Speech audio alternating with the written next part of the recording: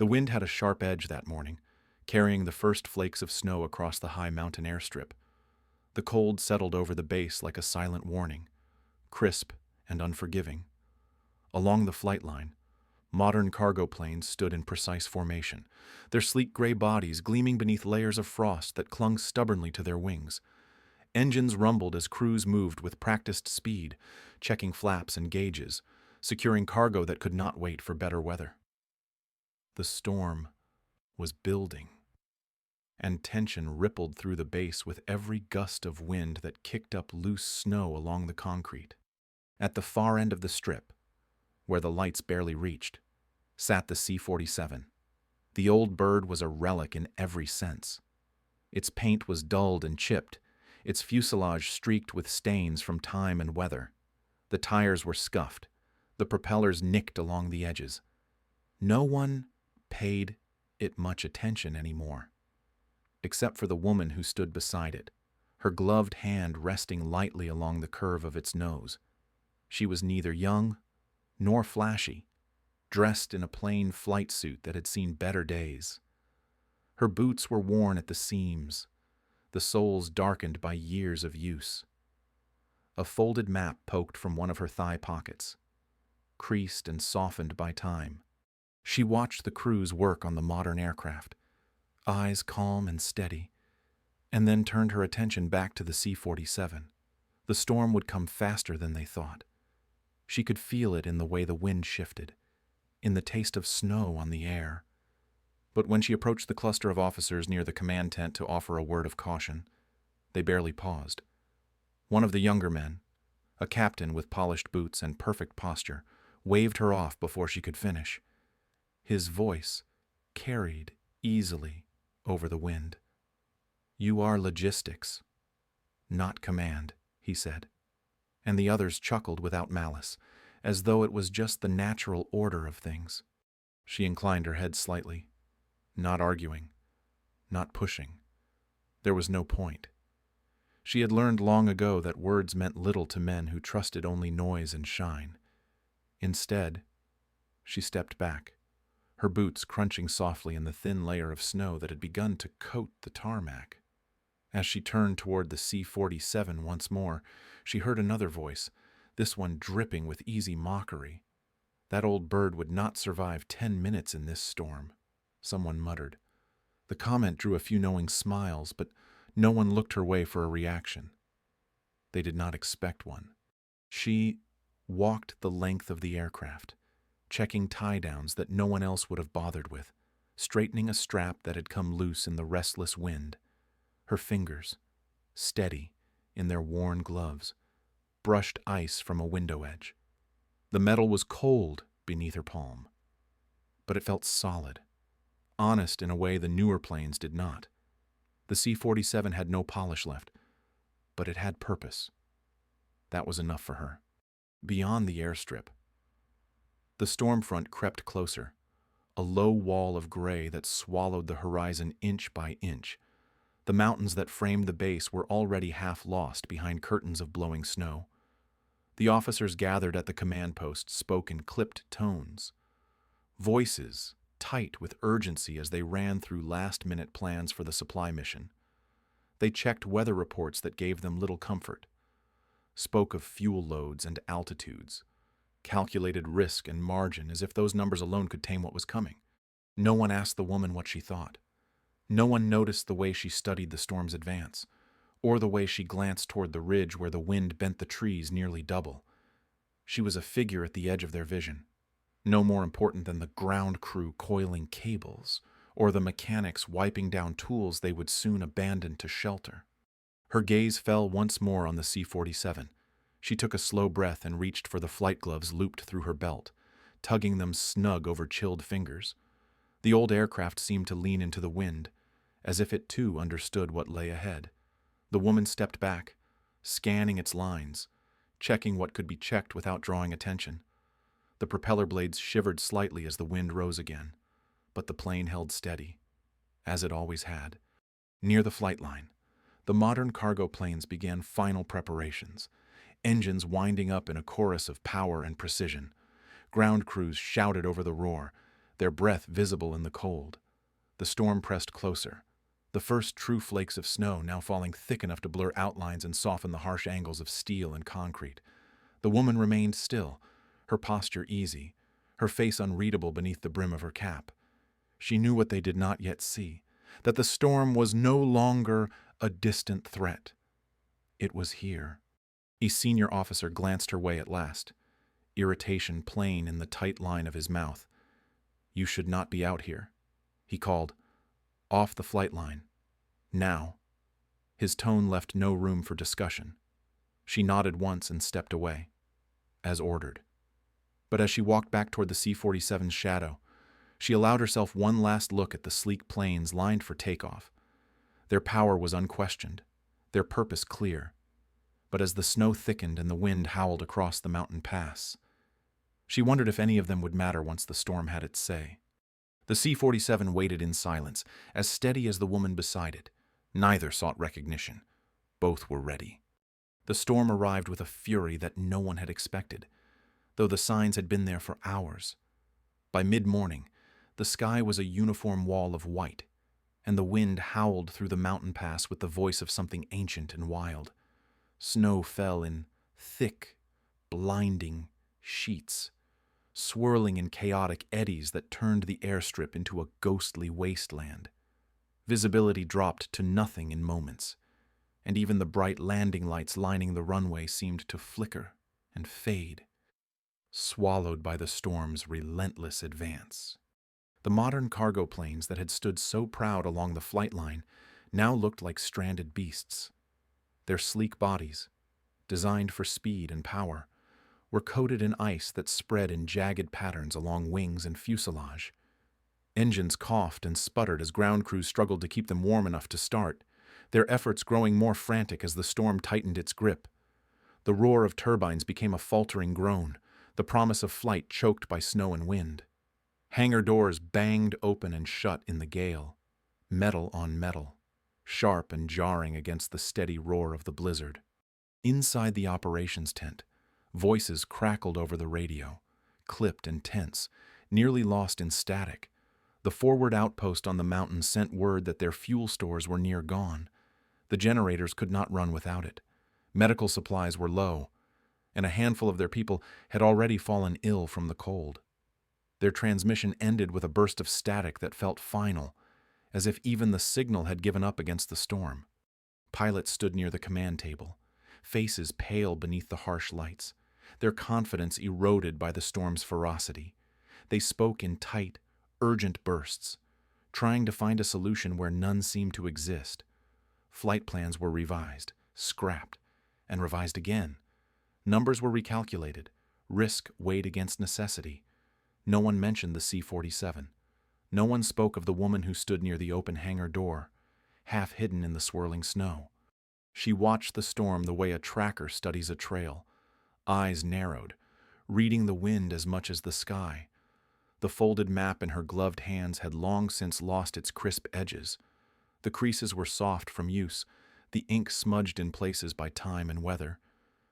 She unfolded it slowly, shielding it from the wind as best she could, and traced the contour lines with a finger, memorizing again what she already knew.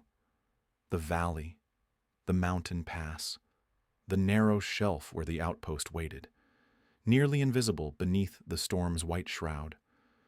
She listened, too, not to the voices of command, but to the storm itself, the way the wind shifted, the pitch of it as it raced between the ridges, the rise and fall that spoke of coming danger.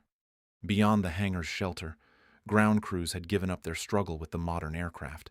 They stood in small groups now, heads down, jackets pulled tight against the cold. The planes loomed behind them, powerless, abandoned for the moment to the storm. One by one. The crews retreated into the hangars, leaving the flight line empty save for the shadows of the aircraft and the woman who remained in place, steady and alone. The snow piled deeper, drifting along the edges of buildings, burying the markings on the runway, softening the hard angles of steel and concrete. The wind drove it into every crack and crevice, sculpting shapes that would shift again with the next gust. The blizzard was no longer just weather. It was a force, unstoppable and indifferent. The woman understood that in a way, the others did not.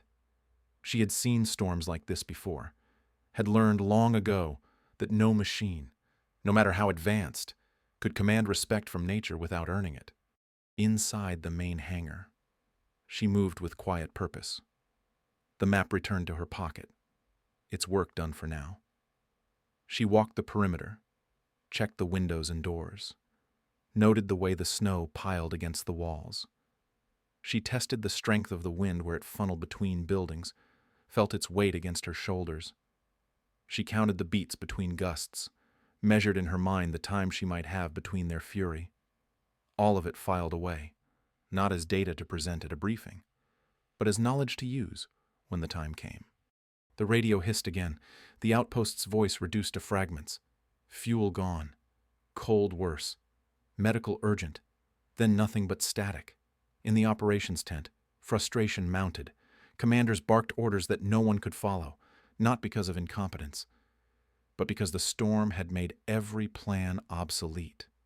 The cargo planes, so carefully fueled and loaded, could not risk the air. The storm had closed the sky. And still, no one asked the woman what she saw, what she thought. They had forgotten she was there at all. The old C-47 waited just beyond the hangar's edge, snow gathering along its wings, its frame hunched beneath the weight of winter. It did not gleam like the modern aircraft. It did not promise speed or spectacle, but it stood ready, as it always had, and the woman knew its strength as surely as she knew her own. She checked it once more, hands moving from habit as much as need. The tie-downs held. The control surfaces, though iced, would respond with care. The fuel lines were clear. The storm roared around her, but within that fury, she felt a strange stillness. The storm had humbled the base. It had silenced the arrogance of polished machines and the loud voices that once dismissed her. Now, only the storm spoke, and she listened, ready to answer when the time came. Inside the command tent, the air was thick with the heat of too many bodies, the hum of equipment, and the frustration of men who had run out of answers. The walls trembled slightly as the wind battered the fabric, a constant reminder that the storm outside showed no sign of mercy. Maps and charts lay scattered across the tables, half buried beneath coffee cups and hastily scribbled notes. The radio crackled with occasional bursts of static, voices from the outpost breaking through only long enough to remind everyone of how dire the situation had become. Fuel was gone. Supplies were nearly exhausted. The cold was taking its toll on people who had no more shelter to give them warmth. And still, no one had a plan that could break through the storm's grip. Voices rose and fell in argument. One officer insisted they wait for a break in the weather. Another pushed for a risk calculation, hoping to justify one more attempt with the grounded cargo planes. The senior commander, his face lined with worry, shook his head and stared at the snow that pressed against the tent walls as if it would come through at any moment. The tension in the room was heavy enough to be felt in every breath. No one spoke of hope anymore. They spoke only of risk, liability, and the grim arithmetic of survival. The woman stood at the edge of the room, unnoticed at first, as she always was. When she stepped forward, it was not with drama or defiance. Her voice was quiet, steady, and clear. She offered the one thing no one else had. "I can take the C-47, she said. "It was built for this kind of strip. I know its systems. I can try." For a moment, there was silence, the kind that falls when something unexpected cuts through the noise. Then the laughter came. Not loud or cruel, but filled with disbelief. The old bird, one of them said, "You would not make it halfway to the ridge." Another added that she had no clearance, no authority, and no right to risk the last of the base's fuel on what they called a fool's errand. One voice, sharp with frustration, told her plainly to stand down, that her place was here, out of the way. She nodded once, as if accepting their verdict, and stepped back. But as she left the tent, the warmth behind her and the storm ahead, her mind was already set. Some decisions were made not with permission, but with purpose. The line between what was allowed and what was necessary had blurred the moment the outpost called for help, the moment no one else answered. The snow was deeper now, piling against the hangars and half burying the wheels of the abandoned equipment along the flight line. The runway lights flickered like candles behind a curtain of white. The storm pressed in from all sides, a wall of wind and ice that seemed to close the world into a narrow, endless tunnel. But she moved through it with steady steps, boots sinking into the drifts, breath misting in the cold. She reached the C-47 and stood for a long moment, her hand resting against the cold skin of the fuselage. The paint was nearly gone from the nose. The insignia faded to the memory of a symbol that had once meant courage in the face of impossible odds. She pulled on her gloves, snugged them tight, and began. The work was slow, careful, methodical. She cleared ice from the fuel caps, checked the lines for blockages, and tested the weight of the control surfaces with practiced hands. The tires, though half buried, held pressure. The old engines would need coaxing, but she knew their sounds, their rhythms, the way they answered when asked with respect. She climbed into the cockpit and ran her fingers across the instruments, wiping away the frost, checking each dial, each switch. The cold crept through her flight suit, but she paid it no mind. The wind rattled the airframe, but it sounded to her like a promise rather than a threat. From her pocket, she drew out the weathered chart she had carried all along. She unfolded it on her lap, traced the ridgelines and valleys with a gloved finger, seeing in her mind the path she would take. The storm would not grant her a margin of error. There would be no second chances. But the map was more than paper. It was memory, study, and trust in knowledge earned quietly over years no one had noticed. She folded it again and tucked it away, where it would stay close. Outside, the storm howled and roared, but within the C-47 there was only the sound of her breath and the creak of the old metal settling beneath her hands. She worked in silence, fueled the tanks with care, checked the load balance, de-iced what she could reach. No one watched. No one offered help. The base, buried in its own doubt, had forgotten her entirely. But the old bird remembered, and so did she. Together, they would meet the storm not with promises or plans spoken too loudly, but with action that needed no witness. The decision had been made. Now came the doing. The engines coughed to life with a rumble that shuddered through the frame of the old C-47. For a moment, the sound was nearly lost beneath the roar of the storm, but then the steady beat of the propellers found its rhythm. The woman sat at the controls, eyes narrowed against the cold that seeped through the cracked seals of the cockpit. The gauges trembled, needles dancing under the flicker of the dim cockpit lights. She felt the weight of the yoke beneath her gloved hands, the familiar worn grip grounding her in the storm's chaos. There was no clearance granted, no voice in her ear to guide or warn her. She was alone in the storm, as she had always known she would be. Outside, the world had disappeared into a wall of white. The runway lights flickered and vanished in the swirl of snow as the C-47 began to move. The tires groaned against the packed ice, the wind fighting her every inch of the way. But the old bird held to the line. The storm screamed past the fuselage, rattling metal, clawing at the wings with icy hands. The snow came in waves, thick enough to blind, driven by gusts that shook the aircraft with every burst. Still, the engines roared, the propellers slicing through the storm with a stubbornness that matched the woman's own. The takeoff was a struggle of muscle and memory. the runway vanishing beneath her even as she willed the plane to rise. She felt the lift not as a sudden surge, but as a slow, hard-won victory. The wheels left the ice. The aircraft shuddered, and the storm swallowed it whole. There was no horizon, no sky, no ground, only the endless white and the roar of wind against metal. The instruments offered little comfort. The altimeter needle quivered as if unsure of its own reading. The radio hissed with static, no voice breaking through. The artificial horizon dipped and righted, the storm's hand heavy on the frame. She flew by feel, by memory, by instinct honed over years of quiet practice. The map she had studied so often lived now behind her eyes.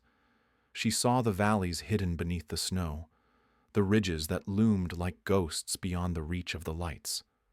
The wind hit hard from the west, slamming against the starboard wing, trying to push the C-47 off its course. She countered with steady pressure on the yoke, feet firm on the rudder pedals, breath measured despite the storm's fury. The engines labored against the wind, ice forming on the leading edges, frost creeping across the windows until the world outside was a blur of white and shadow. Downdrafts caught the plane as it crossed the first ridge, dropping it like a stone before she fought it level again. The frame groaned, the old metal protesting but holding. She adjusted trim, throttle, angle, small movements made with precision, reading the storm's rhythm and riding its anger as best she could. The cold reached into the cockpit, numbing her legs, biting at her face where the mask had slipped. She tightened her grip, focused on the faint glow of the instruments, the memory of the land below. The flicker of lights she knew must be the outpost's beacon, no matter how faint. The storm did not let up. It pressed against the wings, howled through the gaps in the fuselage, sent sheets of ice rattling across the glass. She kept her course, mind and hands steady, listening to the engine's song, feeling the weight and balance of the aircraft with every gust. The C-47 fought for every mile, every foot of altitude, the old bird's strength matching her own. The world outside was a storm without end, but inside the cockpit was focus, resolve, and the quiet certainty that this was the path she was meant to take. Peaks rose beneath her, shadows in the storm, ridges sharp with ice, valleys deep and hidden. She banked carefully, mindful of the wind, of the thin margin between air and rock. The storm tried to claim her at every turn, but the C-47 answered her hand, slow to respond, but true. Gauges flickered. The fuel line shuddered once before settling. She spoke no words, called no warnings, sought no guidance. There was only the flight, the storm, the old machine, and the memory of the map she had traced 100 times. The outpost lights appeared at last, distant, trembling in the storm's grip, but real. She felt the weight of the journey in that moment, the miles behind her, the storm's strength, and the C-47's endurance. The plane flew on, ice-laden, battered, but unbroken. The woman's eyes narrowed as she set her course for the descent, breath steady, hands firm on the yoke. The storm would have its last say, but so would she. Together, they had made it this far, and together, they would see it through. The storm howled, but the old bird flew on, steady and true beneath the weight of ice and sky. The landing lights appeared first as faint glimmers in the storm, barely brighter than the swirling snow that filled the world beyond the cockpit glass. The woman's eyes stayed fixed on those pinpricks of hope, narrowing to follow their position through the gusts that pushed the old C-47 sideways with every breath of the wind.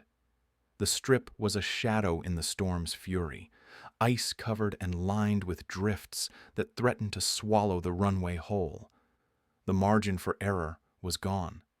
What remained was skill, memory, and the bond between pilot and machine. The storm fought her every step of the way down. The downdrafts came in savage bursts, dropping the aircraft hard enough to send a groan through the fuselage. Ice clung to the edges of the wings, thick and heavy, adding weight where none could be spared. The wind hurled snow against the windows like shards of glass, blinding her to everything but those flickering lights. The controls were stiff beneath her hands, the yoke resisting as she adjusted trim and angle, trying to balance lift and descent against nature's anger. Her breath stayed even, drawn deep and slow, measured against the storm's rhythm. There was no room for panic, no space for doubt. She lined the aircraft with the strip as best she could, the lights vanishing and reappearing in the storm's chaos. The approach felt like threading a needle blindfolded, the valley walls hidden in the white, the ground waiting too close beneath her. The C-47 came in low, engines laboring, the old bird answering her hand with everything it had left. She could feel the skids and slides before they began, reading the storm's push, the ice's grip, the snow's drag. Every nerve, every muscle, every memory of flight was focused on that narrow band of ground. When the wheels touched, it was not the smooth landing of fair weather and calm air. It was a thump, a jolt that rattled through the cockpit, the tires shrieking on the ice as they fought for purchase. The plane skidded, sliding sideways for a breathless moment, the wind trying to wrench it from the strip.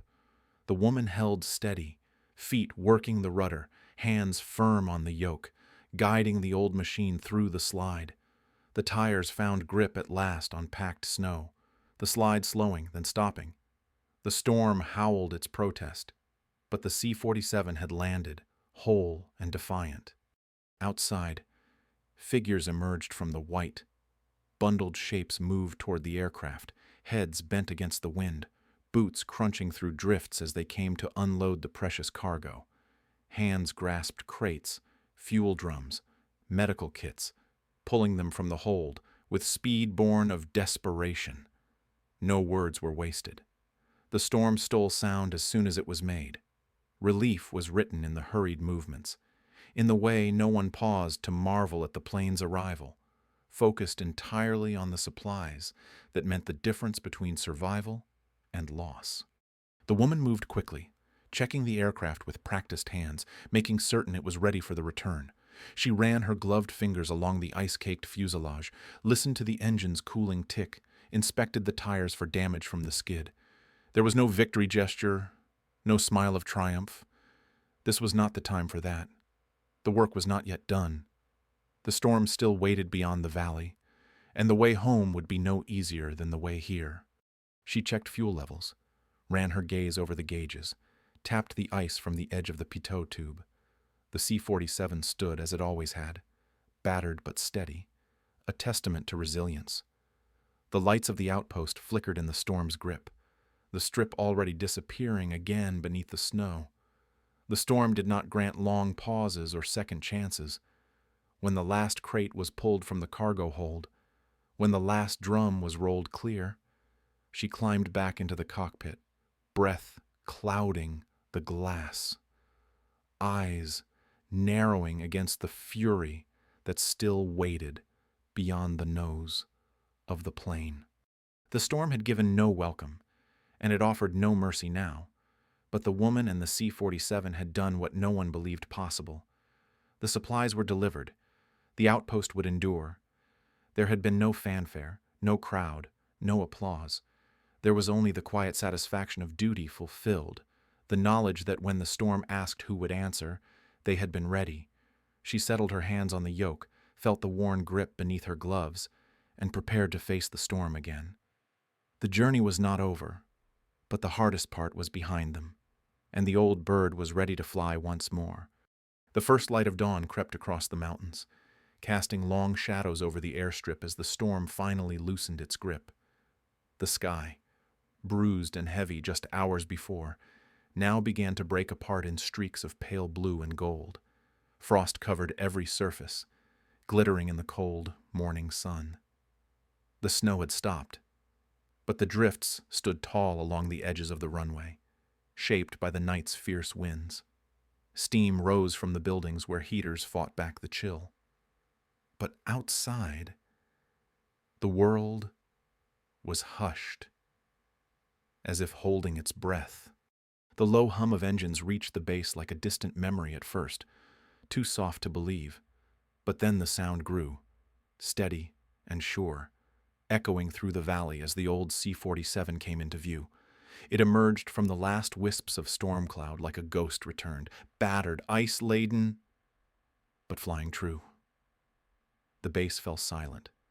Crews froze where they stood, heads lifting, eyes wide as the plane descended. No one spoke. No one dared. The sight of the aircraft, marked by the storm's fury but whole, carried with it a weight no words could match. The C-47 lined up with the runway, the woman's hands firm on the yoke, eyes sharp beneath the brim of her cap. The controls trembled beneath her touch. The engines coughed once as the throttles eased back. But the old bird answered as it always had. The tires met the ice-slicked strip with a thump that echoed across the field, the plane sliding for a breathless moment before finding grip. Steam hissed from the cowlings as the engines sputtered down, the last of the storm's cold burning off in the morning light.